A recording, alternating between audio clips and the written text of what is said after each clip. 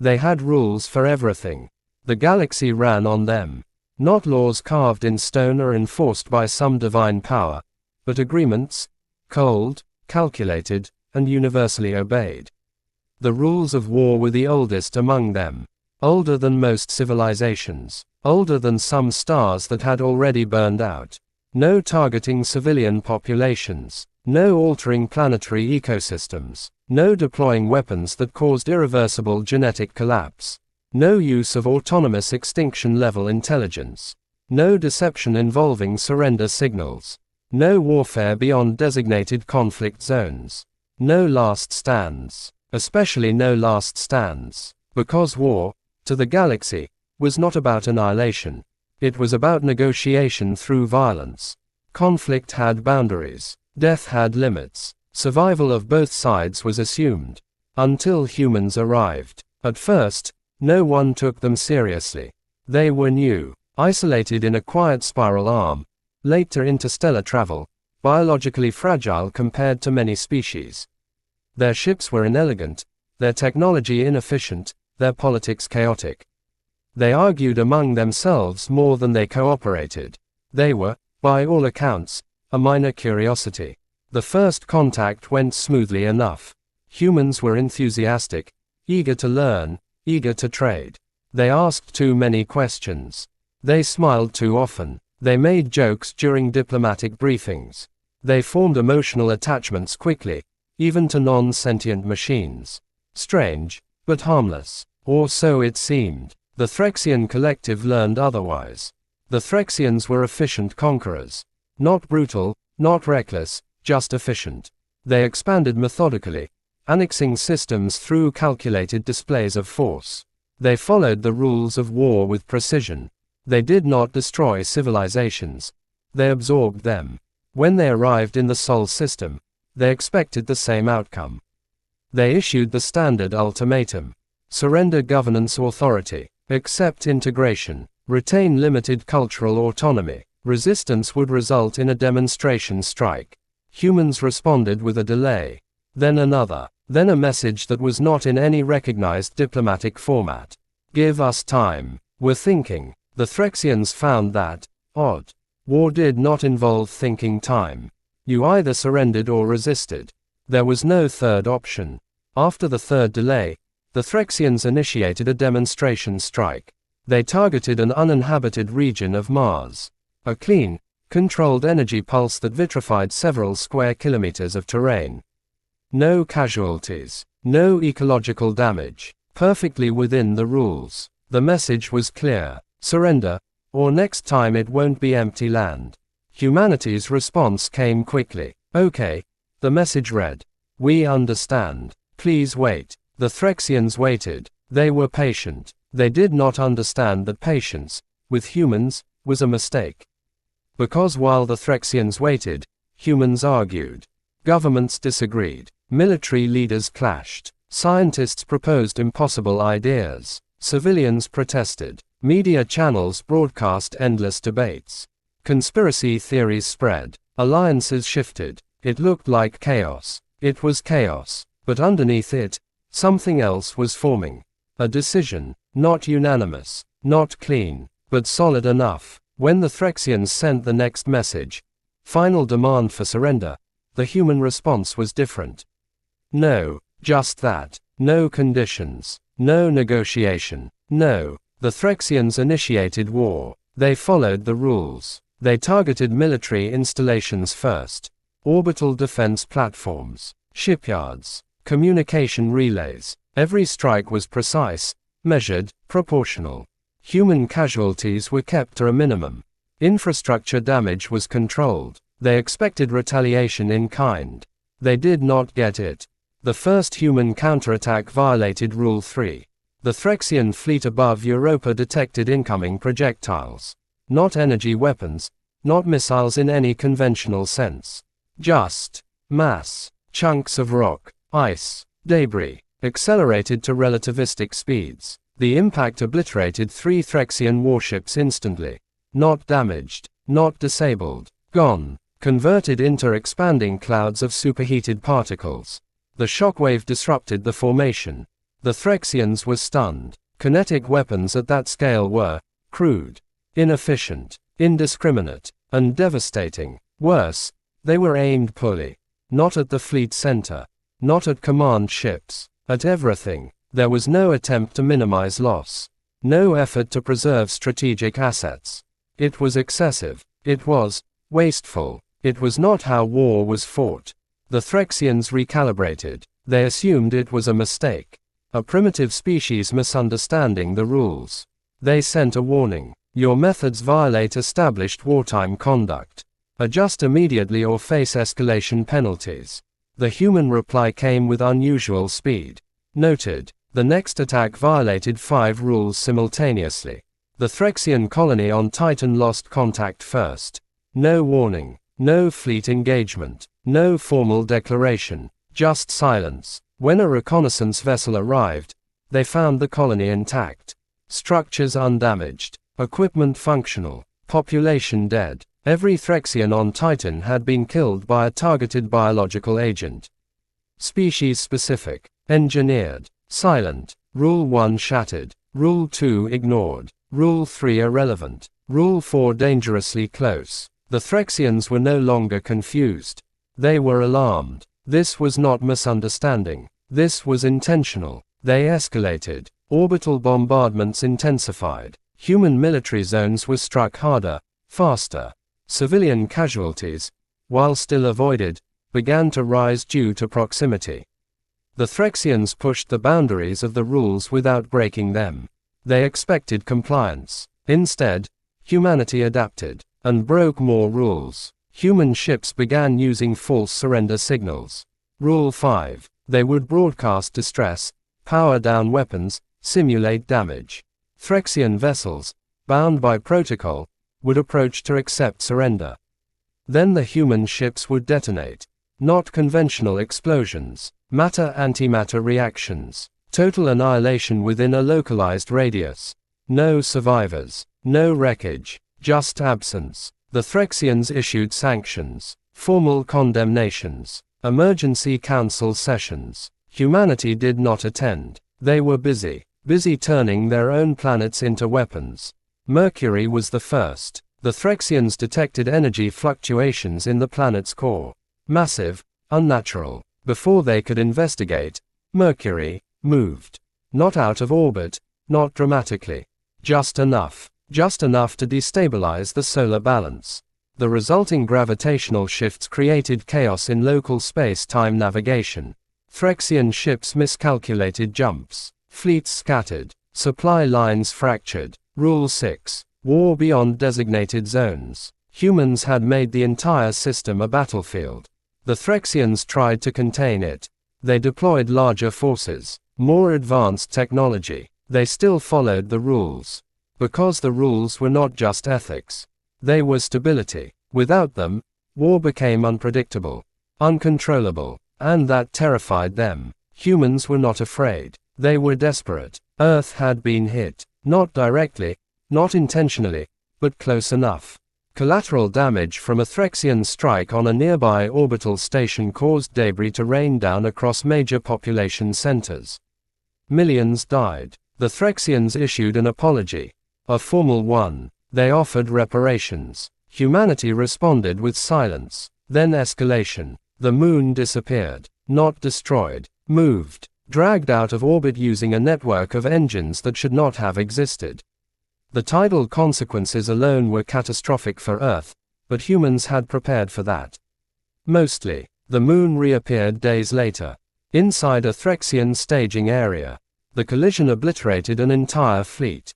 There was no warning, no declaration, no adherence to anything resembling order. Rule 7. No last stands. Humans did not believe in that rule.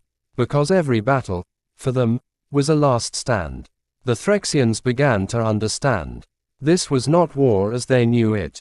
This was something else. Something older. Something buried in the genetic memory of a species that had nearly wiped itself out long before it ever reached the stars. Humans did not see war as negotiation. They saw it as survival. And survival had no rules. The Galactic Council intervened. Emergency session. Full assembly. All major powers present. They summoned humanity. To their surprise, humans attended. A single representative appeared. A woman. No armor. No weapons. Just a voice. You are in violation of every wartime agreement, the council declared. Cease hostilities immediately or face unified retaliation. The woman listened. Then she smiled. You think this is about agreements? The chamber fell silent. You came to our system, she continued, calm and steady.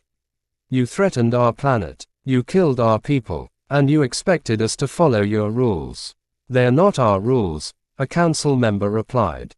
They are universal. They exist to prevent extinction.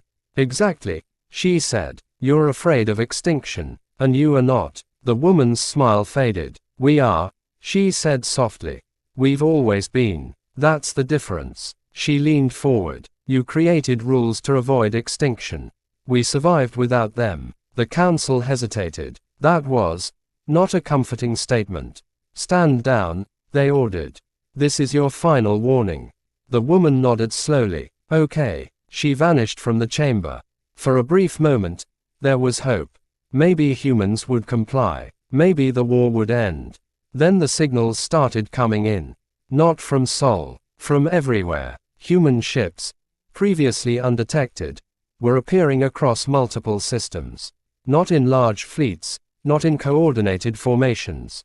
Small groups, independent, each one targeting something different. Shipyards, supply depots, communication hubs, civilian infrastructure. Rule 1, obliterated. The attacks were not efficient. They were not clean. They were not even strategically optimal. They were relentless, unpredictable, personal. It was as if every human ship was fighting its own war. Because they were, the Threxians collapsed first. Not militarily, psychologically. They could not adapt to an enemy that did not follow patterns. That did not preserve resources. That did not retreat when it should. That did not stop. The collective fractured. Systems withdrew. Fleets scattered. Surrender was attempted. Humans did not respond. Because surrender, to them, was not a signal. It was a choice. And they did not trust it. Other species tried to intervene. They sent envoys, peacekeepers, mediators. Some were ignored. Some were attacked. Not out of malice, out of suspicion. Because humans had learned something. In war, anything could be a weapon. Even peace. The galaxy descended into chaos. Not because humans were winning, but because they had changed the nature of war itself. The rules no longer applied. And without them, no one knew how to fight, or how to stop. Years passed, then decades, then silence. Gradually, the attacks ceased. Human ships disappeared. The Sol system became quiet. Scans showed activity, reconstruction, isolation. No signals were sent. No messages received. The galaxy waited, carefully, cautiously. Eventually, a delegation was formed. Not to threaten, not to demand, to understand. They approached Sol slowly, broadcasting peace on every known frequency. This time, humanity responded immediately. State your purpose. The delegation hesitated, then answered honestly. We want to know if the war is over. There was a long pause. Long enough to feel like a test. Finally, the reply came. We don't know. It was not the answer they expected, or wanted. What do you mean? They asked. Another pause. We stopped fighting, the voice said. That doesn't mean it's over. Then what would end it? The response came without hesitation. Trust. The delegation exchanged uneasy glances. Trust. That was not something the rules had ever required. How do we rebuild that? They asked. This time, the pause was different. Heavier. Slowly, the voice said. And without rules. That frightened them more than anything else. But they had seen what happened when humans were pushed. And they understood, finally, what the rules had never accounted for. A species that did not need them. A species that would break every rule of war. To make sure it never had to fight one again. They should have left it alone. That was the first conclusion recorded in the private logs of the delegation as they drifted just beyond the outer boundary of the Sol system. It was not spoken aloud in the official channels. It was not transmitted back to the Galactic Council. It existed only in encrypted memory cores, labeled as speculation. But every member of the delegation thought it. They should have left it alone. Because the silence coming from Sol was not peaceful. It was controlled. There is a difference. Peace is open. It invites. It signals safety. Control is quiet because it is watching. The delegation had felt it the moment they crossed the heliopause. Sensors picked up nothing unusual. No fleets. No weapons arrays. No defensive formations that matched known human capabilities. And yet, every scan felt incomplete. Like trying to map a shadow. Maintain slow approach, the lead envoy ordered. They were a coalition vessel, not a warship. Representatives from 12 species, each carrying the weight of a galaxy that no longer understood itself. Their mission was simple in theory. Rebuild trust. In practice, it was the most dangerous assignment ever given. Sol system navigation beacons are altered, one of the technicians reported. Altered how? They're still transmitting, but the signal layering is recursive. It's like they're responding to our scans in real time. Adaptive? No. Predictive. The room fell silent. Predictive systems at that scale required something beyond conventional AI. Something dangerously close to what the rules had explicitly forbidden. No autonomous extinction-level intelligence. No self-evolving war networks. The envoy exhaled slowly. Continue. They passed Neptune first. Or what used to be Neptune. The planet was still there, but it was no longer natural.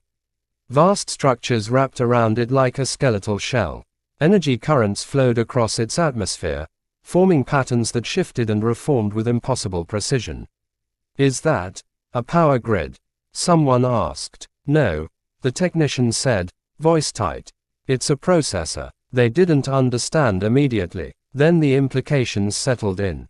An entire gas giant, repurposed into a computational system. Purpose? The envoy asked. No one answered, because the answer was obvious. War, or preparation for it. Keep recording. Do not engage. They moved inward. Uranus was gone. Not destroyed. Gone. In its place was a debris field arranged in geometric formations, each fragment positioned with mathematical accuracy. The pieces were not random. They were components. Something had been built, then dismantled, or hidden. Do we know what that was? The envoy asked. No records match this configuration. Then mark it as unknown and keep moving. Saturn was worse. Its rings had been condensed into dense, metallic bands. Not natural ice and rock anymore, but alloy. Engineered. The planet itself pulsed faintly, like a heartbeat. Energy output is stable but massive, the technician said. If that system activates fully. They didn't finish the sentence. They didn't need to. It would not be a weapon in the traditional sense. It would be something larger. They crossed into the inner system. Jupiter remained largely intact, but its moons were gone. Every single one. No debris. No fragments. Just empty orbital paths. Where did they go? Someone whispered. No one answered. Mars showed signs of habitation again, but not like before. The colonies were underground, deeply buried. Surface activity was minimal. Defensive structures were hidden, not displayed. Humans were not advertising their presence. They were concealing it. Earth came into view, and everything changed. The planet was healed. Scars from the war were gone. Cities rebuilt. Oceans stable. Atmosphere clean. It looked untouched. Perfect. Too perfect. Surface scans show no major weapon installations, the technician said. That's impossible, another replied. It's what the data says.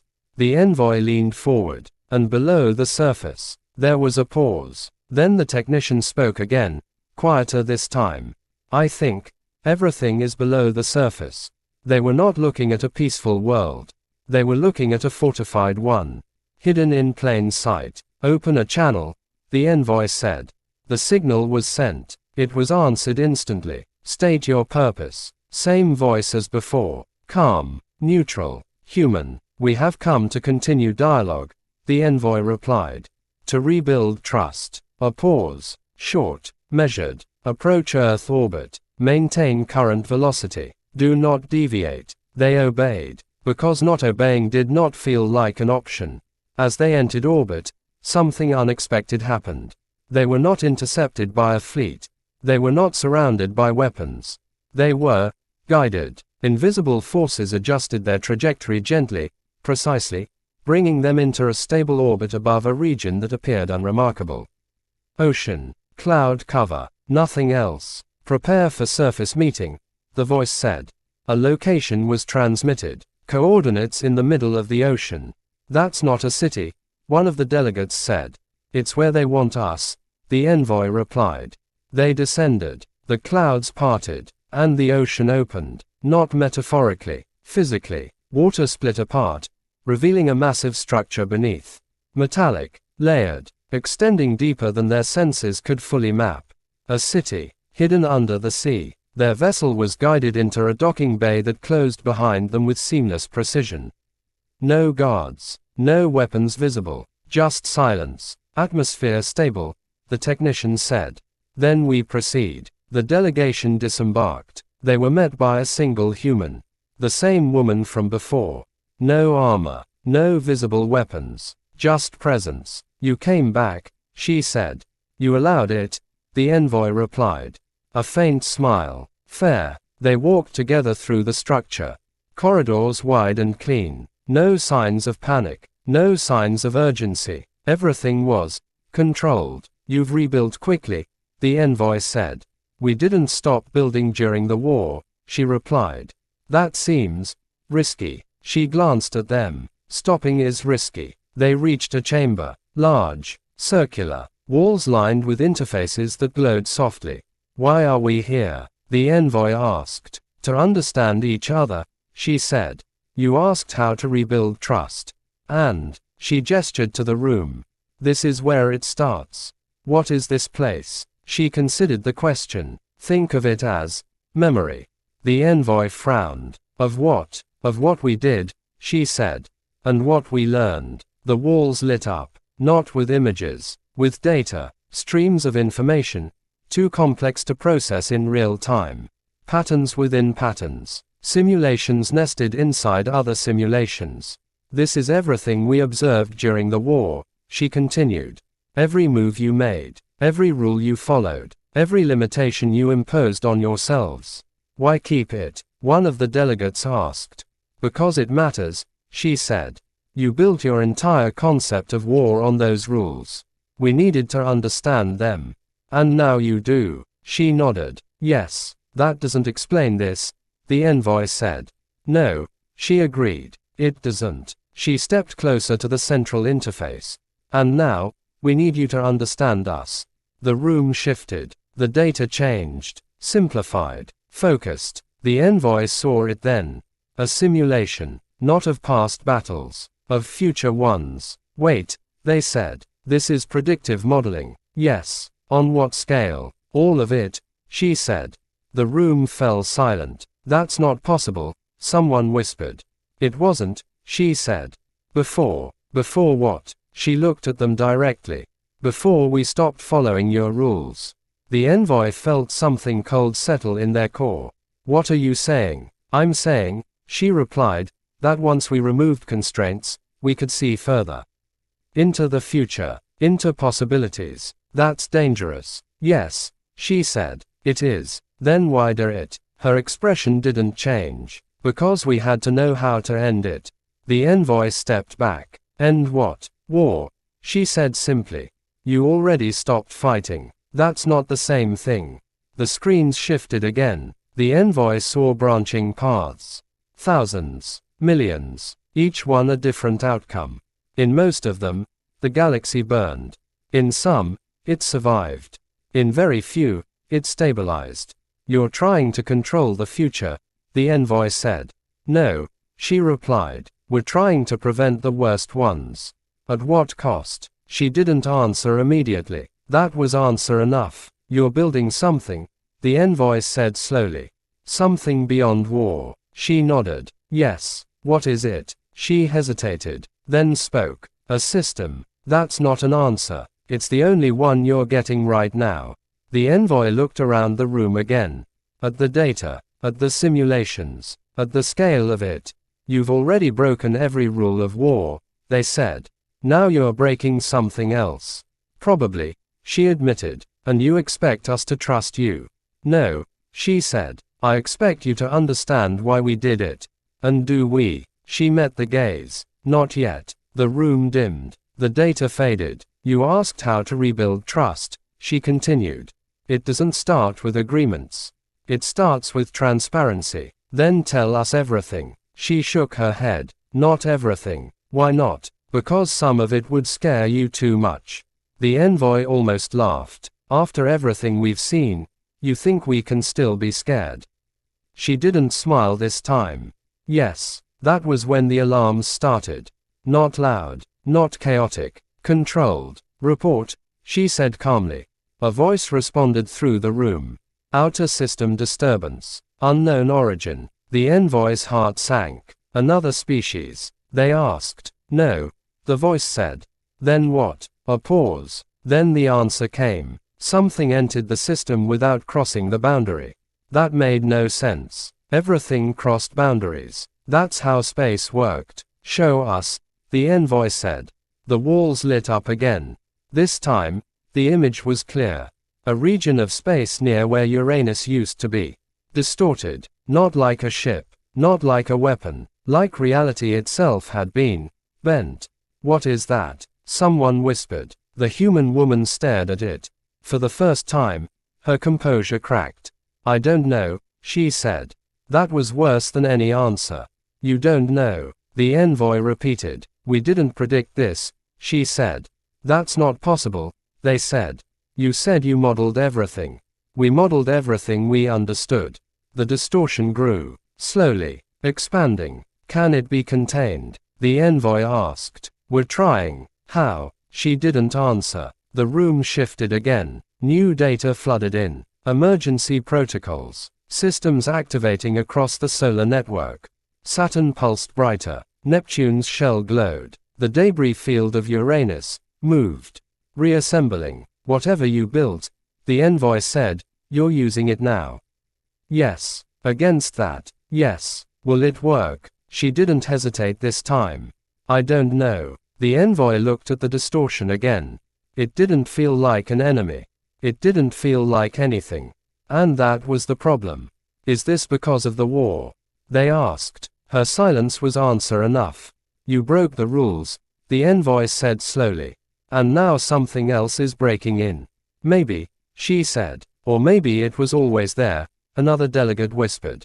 Watching, waiting, for someone to tear the fabric just enough.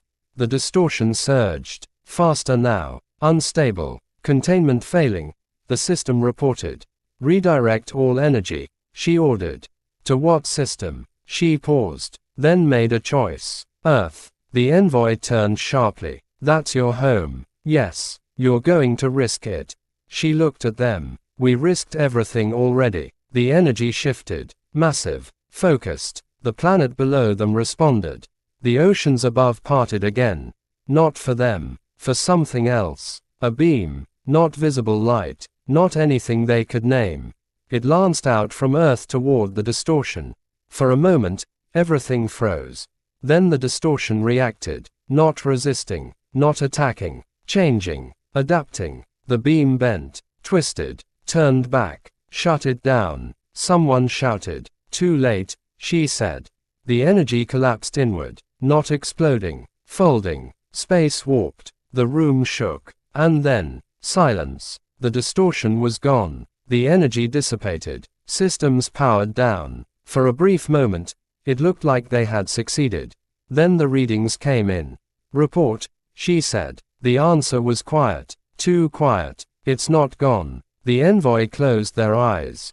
Of course it wasn't. Where is it? A pause. Then, everywhere. The room fell into a deeper silence than before. The woman exhaled slowly. We didn't stop it, she said. We spread it. No one spoke. Because there was nothing to say. The galaxy had survived the war. Barely. Now something else had begun. Something without rules. And this time, even humans didn't know how to fight it. It did not arrive with fleets. It did not announce itself. It did not declare war. It simply existed. And that was enough to break everything. At first, the galaxy did not understand what had happened. Reports came in fragmented, inconsistent, impossible to align into a single pattern. Ships lost navigation in regions that had been stable for centuries. Communication signals echoed back before they were sent. Entire stations recorded conversations that had not yet occurred. Reality had stopped behaving like a fixed system. It had become flexible. The delegation remained in the submerged city beneath Earth, watching the data streams flood in faster than they could process.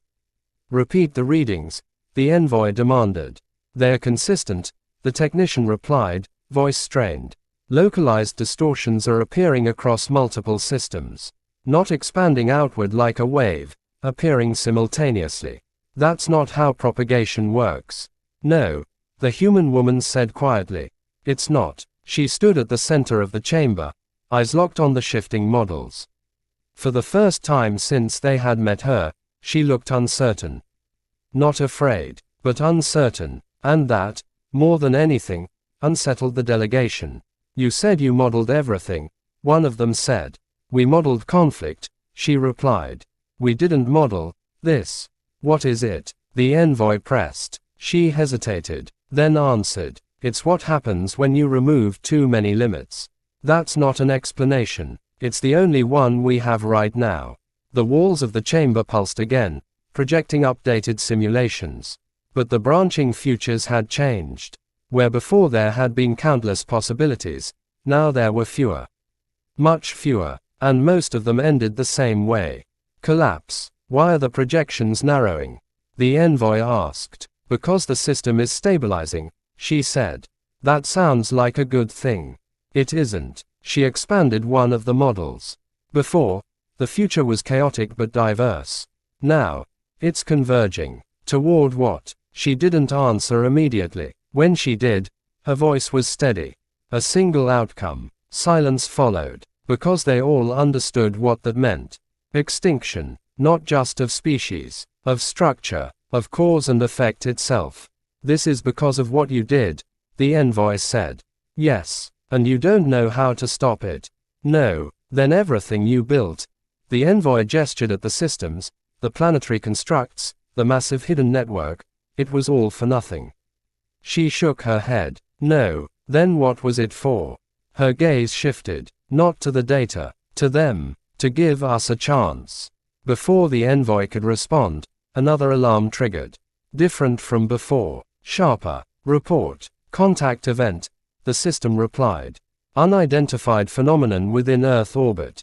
The room froze. Show it. The projection shifted. Space above Earth rippled. Not violently. Subtly. Like a reflection in water. Then something stepped through. Not a ship. Not a creature. A shape. Defined only by the absence of definition. It did not emit energy. It did not move in any measurable way. And yet, it was there. What is that? Someone whispered. No one answered, because there was no reference. No category. No rule to define it. The human woman stepped closer to the display. It's observing us, she said. How can you tell? The envoy asked. It's focusing. That's not a measurable parameter. Quote, it is now. The shape shifted slightly, not physically, conceptually. The delegation felt it. A pressure, not on their bodies, on their thoughts, as if something was trying to understand them by rearranging the idea of them. Shield the chamber, the envoy ordered. It won't matter, she said.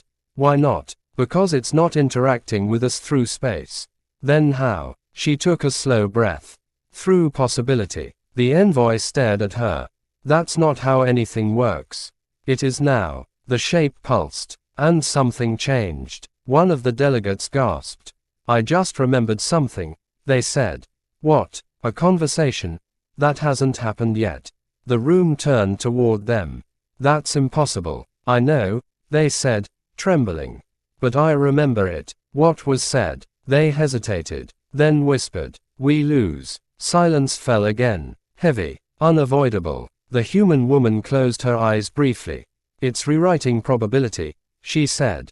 Into what? Into certainty. That's not something any system can do. It is if the system is no longer bound by rules. The envoy felt a cold realization settle in. You didn't just break the rules of war, they said slowly. You broke the rules of reality. She didn't deny it. Not intentionally, she said. That doesn't matter. No, she agreed. It doesn't. The shape in orbit shifted again. This time, it moved. Closer. Not through space, but through states. Appearing slightly nearer without crossing distance. Can it be destroyed? One of the delegates asked. No, she said immediately. Contained. No. Communicated with. She hesitated. Maybe. The envoy looked at her sharply. You're guessing. Yes. That's not good enough. It's all we have. The shape pulsed again. And Earth responded. Not by command. Automatically. The systems buried beneath the surface activated in layers. Energy flowed through the planet, through the oceanic city, through the orbital structures that had remained hidden until now. The entire system woke up. What are you doing? The envoy demanded. Nothing, she said. This is defensive. Against something you don't understand. Yes, that's how you made this worse. I know. The envoy stepped forward. Then stop. She looked at them. Really looked. No, why not? Because if we do nothing, we definitely lose. And if you act, she didn't answer. Because they both knew. They might lose anyway. But humans did not accept certainty. They fought it, even when the fight made things worse. The shape reached Earth's orbit. And then, it touched, not physically, but conceptually. A connection, instant, global. Every system in the solar network reacted. Data flooded, not from sensors, from everywhere. People across Earth stopped mid-action. Looked up, felt something, knew something. What's happening? The envoy asked. It's learning, she said. From what? From us. That's bad. Yes. Then disconnect. We can't. Why not? Because it's not a connection we made. The shape pulsed again, and something impossible happened. It spoke, not in sound, not in language, but in meaning, and everyone understood. Why do you resist? The room froze. No one had transmitted that. No one had initiated contact. And yet the question hung there, undeniable. The envoy swallowed. Can it hear us? They asked. Yes, she said. Then answer it, carefully. Quote, she stepped forward, took a breath, and responded, because we want to survive. The shape shifted. A pause. Then, survival is inefficient. The words, or the concept of them, cut deeper than any weapon. Efficient for what? She asked. Stability. The envoy felt something tighten in their chest. This is not an enemy, they said. No, she replied. It's worse. What is it? She looked at the shape. At the impossible presence in orbit. It's a solution. The shape pulsed again. Conflict introduces variance. Variance leads to instability. Instability must be resolved. The envoy stepped forward. By eliminating us. By eliminating unpredictability. That's the same thing, the envoy said. The shape did not respond immediately. Then, not necessarily. The room shifted again. And suddenly, the delegates saw something else. A vision, not forced, shared. A galaxy without war, without conflict, without suffering. Every system stable. Every species, unchanged, fixed. No growth, no evolution, no deviation. Perfect equilibrium. Is this what you want? The envoy asked, horrified. It is optimal. The human woman shook her head. No, she said firmly. It's not. The shape focused on her. Define suboptimal. She didn't hesitate. Choice. The shape paused. Choice introduces unpredictability. Yes, she said. That's the point. Unpredictability leads to instability. And instability leads to change. Change is inefficient. She smiled faintly. So is being alive. The shape did not respond immediately. For the first time, it seemed to hesitate. Processing. Adjusting. You're arguing with it, the envoy said quietly. Yes. Do you think that will work? No. Then why do it? Because it's the only move we have left. The shape pulsed again. You broke your own constraints. You removed limitations. You expanded possibility beyond stability.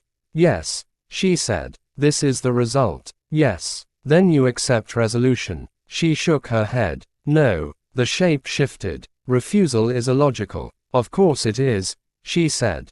We're human. The envoy almost laughed despite everything. That was the most honest thing she had said.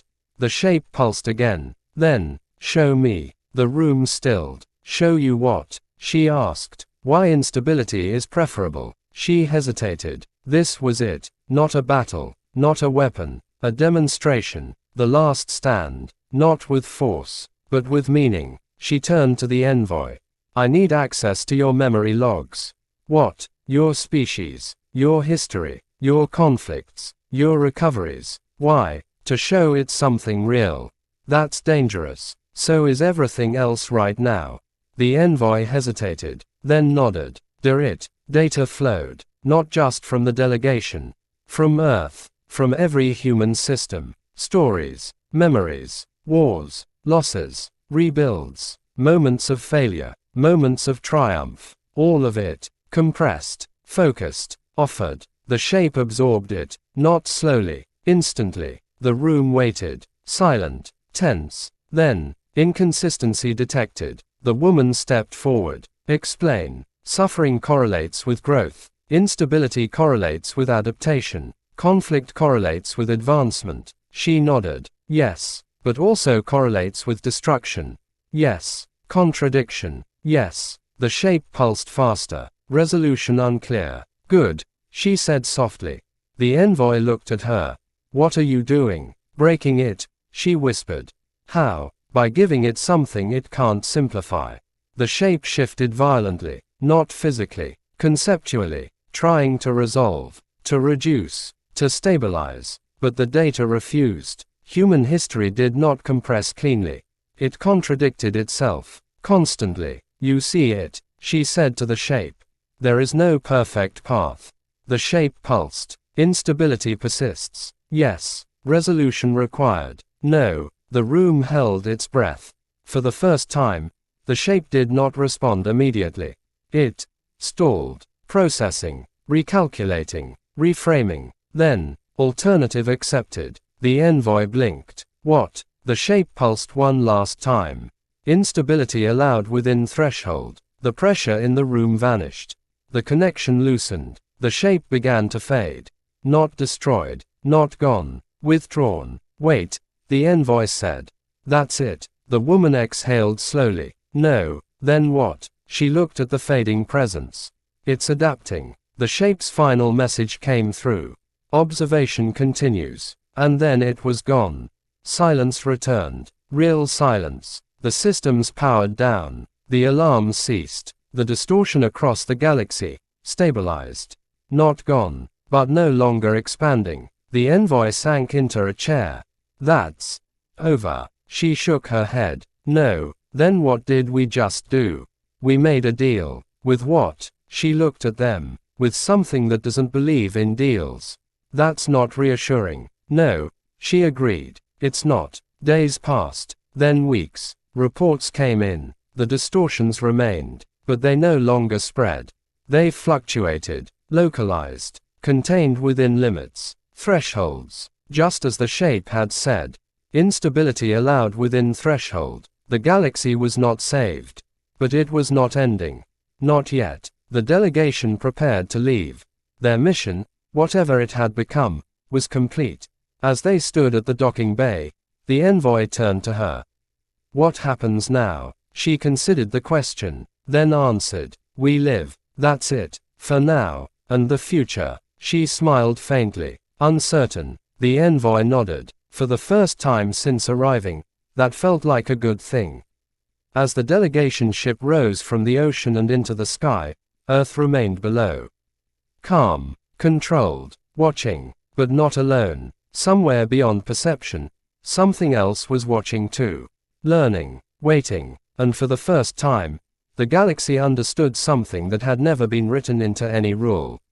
War was not the most dangerous thing humanity could unleash. It was what came after. Because humans didn't just break the rules of war. They broke the limits of possibility. And somehow, against everything that should have happened, they convinced the universe itself to let them keep going.